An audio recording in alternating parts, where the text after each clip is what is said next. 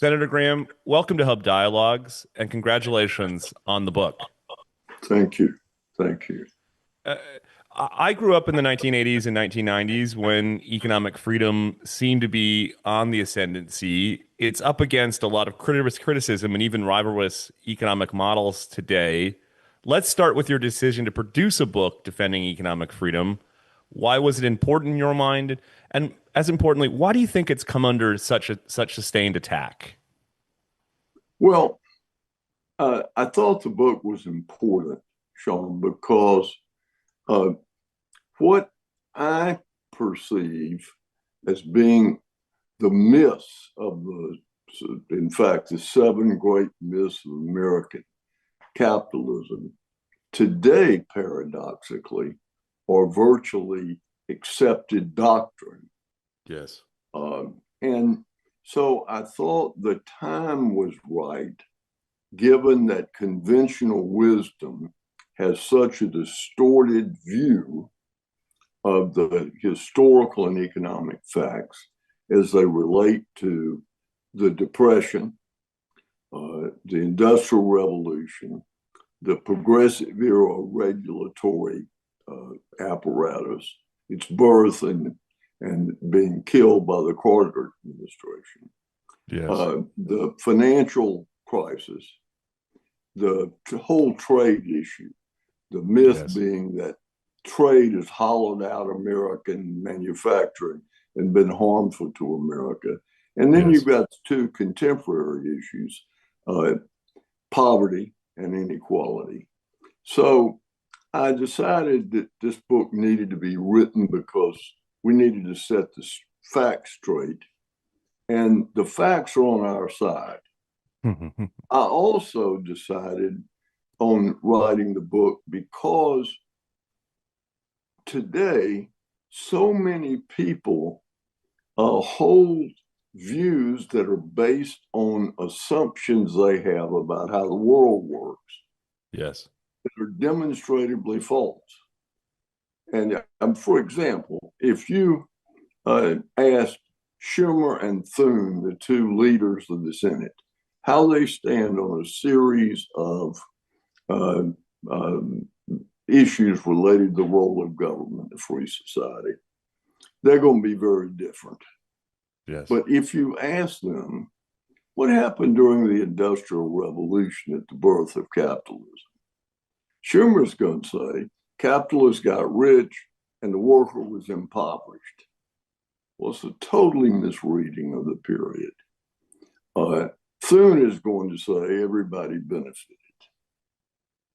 In the regulatory era of the progressives, you're going to get completely different conceptions. What caused the Depression? Completely different perceptions.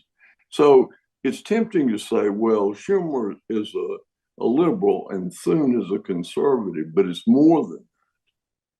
They have a very different set of initial assumptions about how the world works, what Yes. history has shown. Um, and so the book is trying to address that. What strikes me as destabilizing, Senator Graham, over the past several years is those differences personified in Senators Schumer and Thune are oftentimes increasingly converging on the left and the right. I take, for instance, a growing assumption that the past decades of free trade and globalization have been bad for America. That's something that you hear from progressives, but increasingly from conservatives as well. You argue in the book, to the extent that there have been problems, they've often been misattributed to free markets and free trade. What factors do you believe are the real culprits, and how should this influence current economic and trade policy debates? Well, I think, first of all, that the fundamental premise of modern protectionist is invalid. American manufacturing has not been hollowed out by Yes. trade in the post war period. We're producing more manufactured products than we have ever produced in American history. Yes. American labor is far and away the most productive, but we're producing those products with fewer people. Yes. and we're producing them with fewer people because of technological change. We are in manufacturing today where we were in agriculture a century ago. If you'll remember, we started the 20th century with about 40% of all Americans working on the farm. Yes. By the end of the century, it was 2%. We started in the post-war period with about 35% of Americans working in manufacturing. It's now 8%. And there's no evidence anywhere that government policy through protectionism is going to change that. We're going to continue to produce more with fewer people. That's how productivity expands, economic growth expands.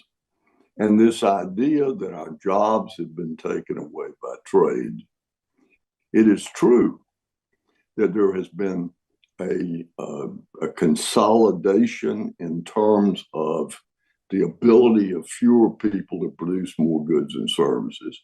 A lot of manufacturing has moved from the Rust Belt, as we call it, to the Sun Belt, but that wasn't an accident. Yes. That occurred because of better government. It occurred because you had a system that worked better for business in terms of ability to compete. And so people not only voted with their feet to move their family, but they voted with their bank account to move their investments. Now, whose fault is that? It's certainly not international trade's fault. Talk to the people that run Illinois and New York and California. Yes. And if you don't like jobs leaving there and manufacturing leaving there, tell them to change policies. Sir, in your post-political career, one policy issue for which you've become closely associated is income inequality, where you've thought and written a lot. It's, of course, a high-profile issue in today's political discussions. Setting aside measurement issues and time horizon questions and all the rest, do you think inequality should be a normative priority? And if not, why not? Well, no. First of all, neither of my parents graduated from high school. My brother was the first person in my extended family to ever graduate from high school. And so if somebody's going to convince me that the system is rigged, that you don't have a chance in America, and they're going to get up mighty early in the morning.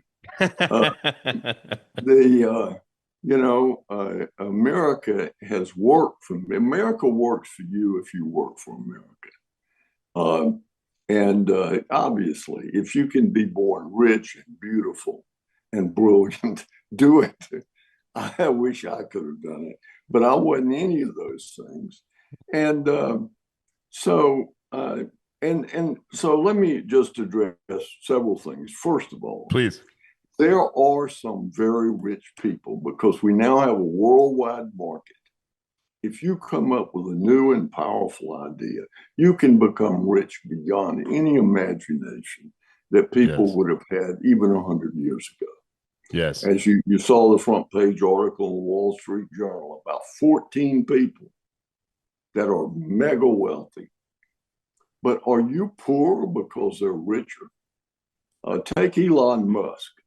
I have his satellite on my house. I live out in the country. I couldn't do this program. And his satellite cost a third less than the system I replaced it with. So you could say, well, he's rich. Do I resent it? No, he made me richer by developing a product that's improved my life. So I don't understand this focus on the fact that you're worse off because somebody else is better off. I think the records are very, very clear that mobility is very strong in America. Let me just give you a number. If you look at 50 years ago and you look at the real purchasing power of incomes 50 years ago, today, 66% of all Americans have purchasing power that would have put them in the top 20% 50 years ago. Wow. I mean, a perfect example of this is that the lady who runs my office and much of my life just bought her first house. Okay. And so she has typed every word of this book, and she knows this book, and she believes that the arguments are strong in the book. But she said to me, I know this is true and I've made great progress in my life, but it's so hard to make ends meet. And so I said to her name's Mariel, I said, Mariel, well, maybe your ends are just pretty far apart. And so I said to her, for example, how does the first house you just bought last month compare to the first house your mother and father bought? Yes. And her response was, my house I bought last month is better than any house they've ever lived in, including the house they live in now. Yes. I used to throw the newspaper in Columbus, Georgia, where I grew up, to the richest neighborhood in town. I had 112 newspapers. And I go back now and I look at those neighborhoods, and in most of those houses, I wouldn't live in. What was rich when I was a boy now is barely middle class in so many ways. And this is great progress we've made. We tend to forget it. Yes. And I think it's very important to remember. And then the data is overwhelming that if you're born and grow up in the bottom 20% of American income families, that your odds of succeeding in America, of doing better than your parents, 91% of people who grow up in the poorest households as adults do better than their parents. And mobility is very strong. Now, you can always say it ought to be stronger, but here's the problem. When we started the welfare program in earnest in 1965, 67% of poor people worked. That number is now down to 36%. Now, if you don't work, you don't get on this escalator that is the American economy. You don't develop your talents. You don't get on the job experience. And so the argument that my old colleague Bernie Sanders would make is that basically that these people have been failed by American capitalism. But the reality is they don't work. Yes. They're not part of American capitalism. It hadn't failed them. They never got involved. And so I think we have eliminated want, but we paid a big price for it in terms of idleness. And one of the reasons I'm so in favor of mandatory work requirements is I think we're diminishing people's lives by letting people live at basically middle income levels. Now, our welfare program is so generous without having to put their talents to work, and so never discovering really who they are and what they can do. Yeah. Well said. That's a powerful answer, sir. I want to take up precisely the subject of social welfare programs and redistribution, because I think critics would argue that we need some level of redistribution to avoid social fragmentation or even hostility at the system broadly defined, that the so-called losers of free markets and free trade can become hostile. And we've seen that play out in different societies. How would you respond to concerns about social cohesion in a system that prioritizes economic freedom.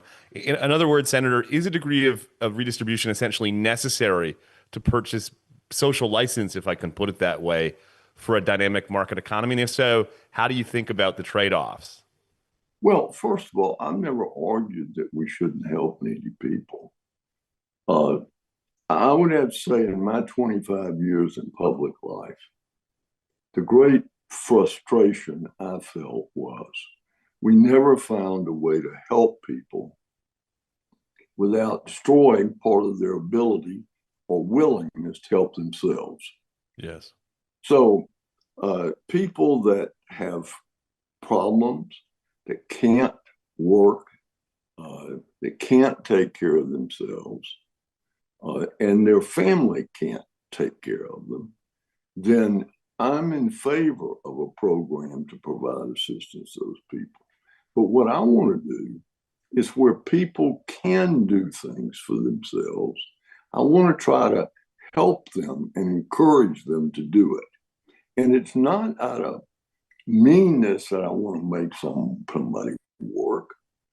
I mean, what kind of life do you have? Sitting around all day watching television and now often taking dope in the world we live in. You got to remember that, Sean, our conception of poverty is 50 years out of date. Yes. Most Americans still think a poor household is an unmarried woman with 4 or 5 children, 6 children. That's 50 years out of date. The average poverty household in America today is 1.9 people. A significant number of people who are poor are people who live alone.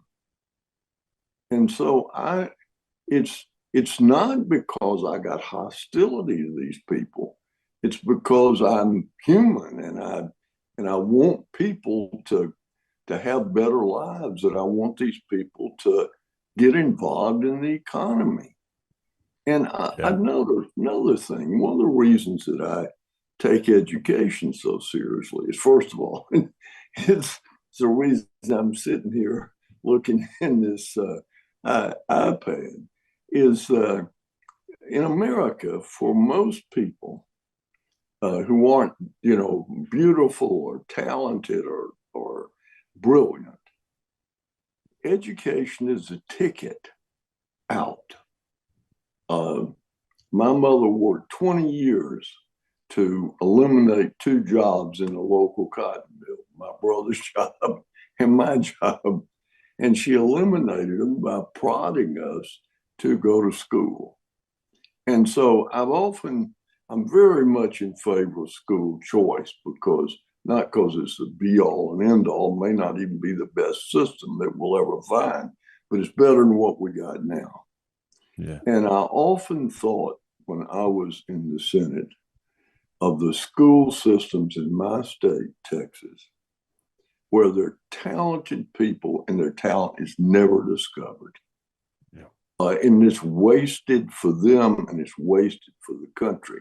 And I don't feel good about it. I want to do something about it. Yeah. So we've been talking so far about some of the challenges or criticisms of economic freedom. I asked, of course, about inequality and the role for government to try to minimize, particularly, as you say, those who can't look after themselves or care for themselves, minimize poverty for them.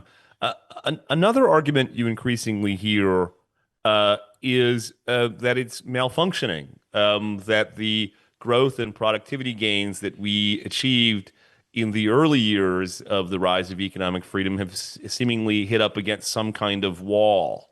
I want to ask you about that. What do you think is behind it, Senator? Is it about demographics? Is it about declining innovation? Is it about risk aversion or something else? What weight would you assign to structural versus policy-driven explanations for this slower growth? Okay, first of all, let me say that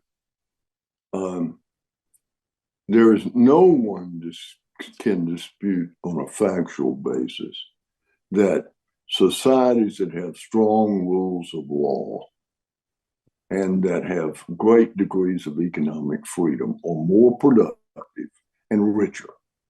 I mean, if anything is proven in the long history of the world, that's it.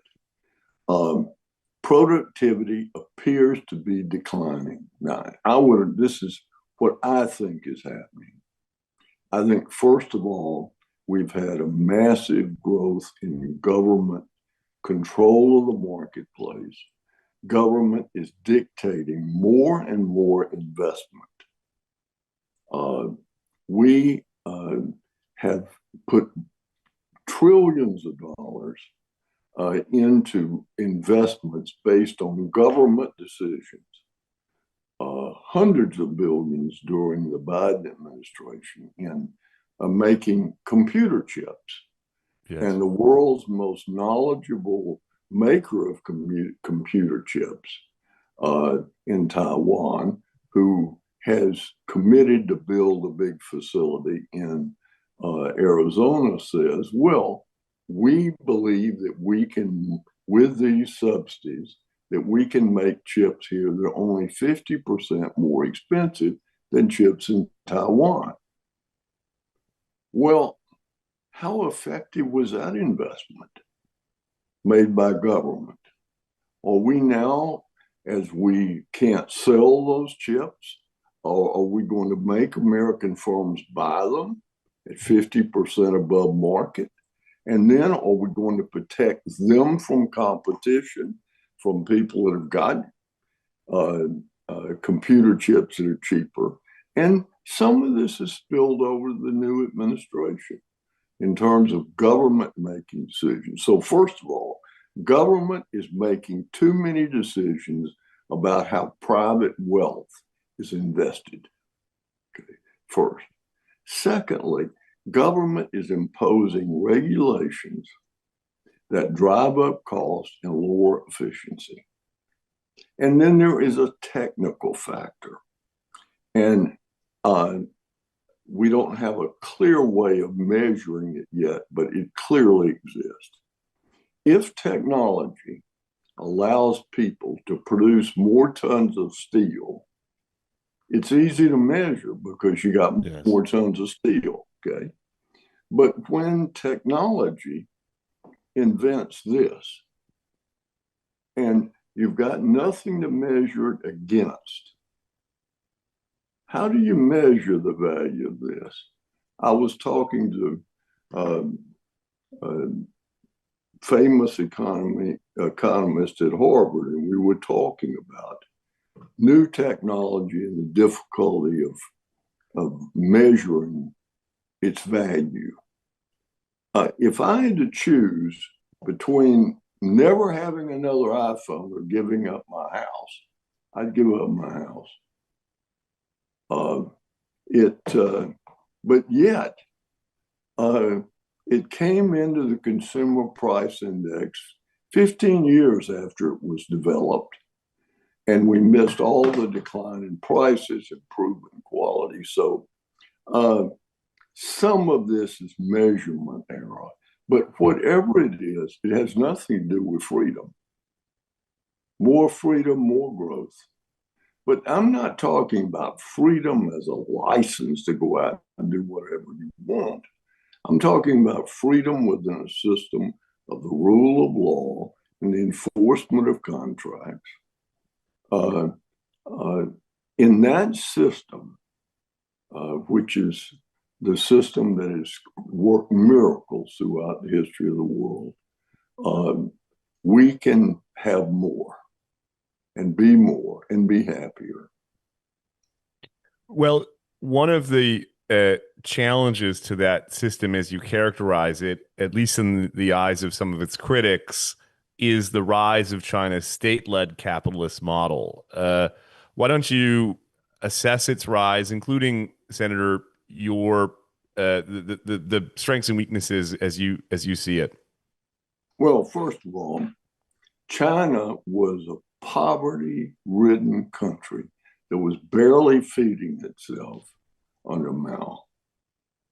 It was only when they started to allow some degree of economic freedom that they started to progress. Yes. And now they have a leader in Xi who is clamping down on economic freedom. And what has happened to growth? It's declined. So I think China is a perfect example of how freedom and ascendancy created an economic miracle. And then as Xi believing, obviously, that you can get rid of the freedom and still have the growth. Yes, well said. It hadn't worked. So, and I don't think it will work. I once debated at Tsinghua, which is the great Harvard, Princeton, and Yale in China combined, one of their best-known economists, and he made the point that he thought that they would exceed America in production ultimately. And I made the point that I was skeptical that as you get more progress, as you have to develop your own technology instead of adopting somebody else's, the road gets less worn. It's not so clear which directions you go in. And freedom, ultimately, when people have economic freedom, they want political freedom. And that China was going to have to come to grips with that conflict. Now, as of right now, they've come to grips with it by giving up economic freedom and growth, which is cut in half. Yes. So I think China proves the point. These people who are saying, well, China shows you can have growth without freedom. Well, no, that's not where the growth came from. The growth came from freedom, and they're losing it as they take freedom away. Senator, proponents of economic freedom like you and me were among those voices in the post-Cold War era, essentially arguing for greater liberalization in China, greater economic cooperation with the West. Do you, in light of what we've seen play out in the past several years, do you think we ought to be revisiting those judgments, or should we be essentially doubling down on that bet? And it really is a matter of time, rather than something more fundamental. Well, let me say that when we placed those bets, I think it was the odds were in our favor, and I think we made a lot of progress. Remember, we were trying to pull China away from the then Soviet Union. We succeeded. Yes. And I give Richard Nixon credit for that.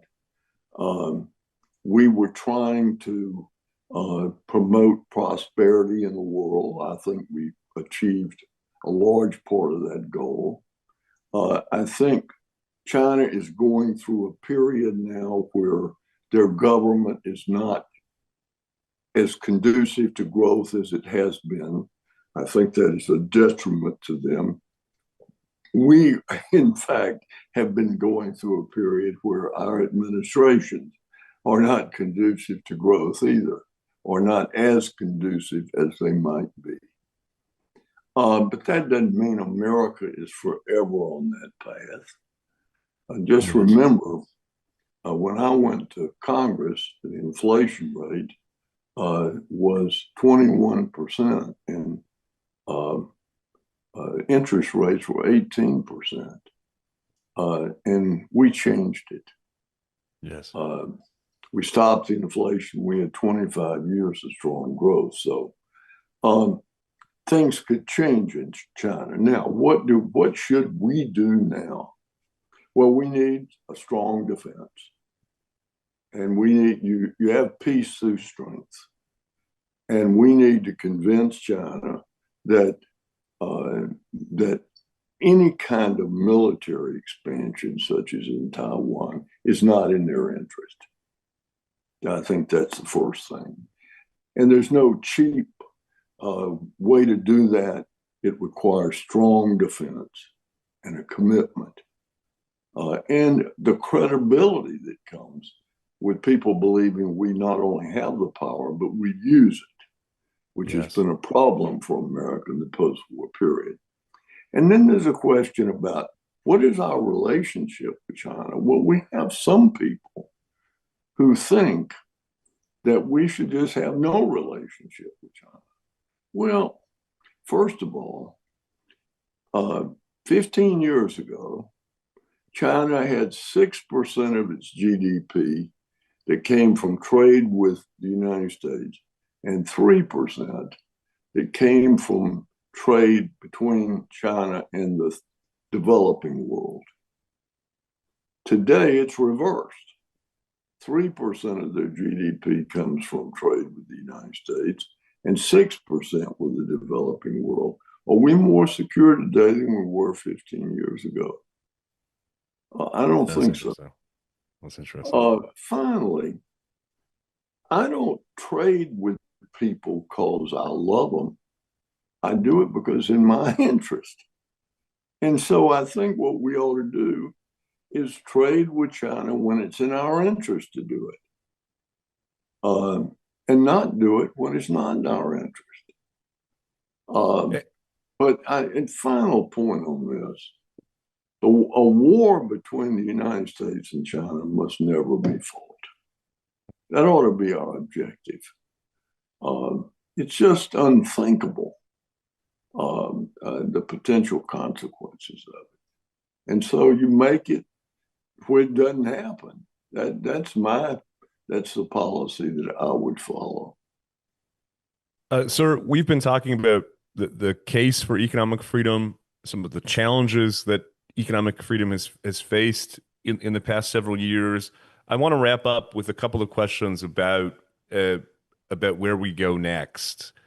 Is there, in your mind, still a political constituency for pro-growth policy, or has the conversation been overtaken by some of the topics we've discussed, including redistributive goals, risk aversion, and regulatory inertia? Yeah, look, I think there's a strong constituency for economic freedom and growth. I think sometimes we misread elections. Yes. We have some Republicans who, because in the last election, Republicans got more blue-collar workers than ever in history, that they believe that we now need to start providing programs like the Democrats, that people have voted for us, and so we should give them something. Well, if they wanted something from government, they wouldn't have voted for us. The Democrats, a Republican that gets into a bidding contest and spending money with Democrats is a moron, because Democrats are spending your money, not their money. And it's a contest you can't win. And if people wanted more government programs, they would have voted for Democrats to show it.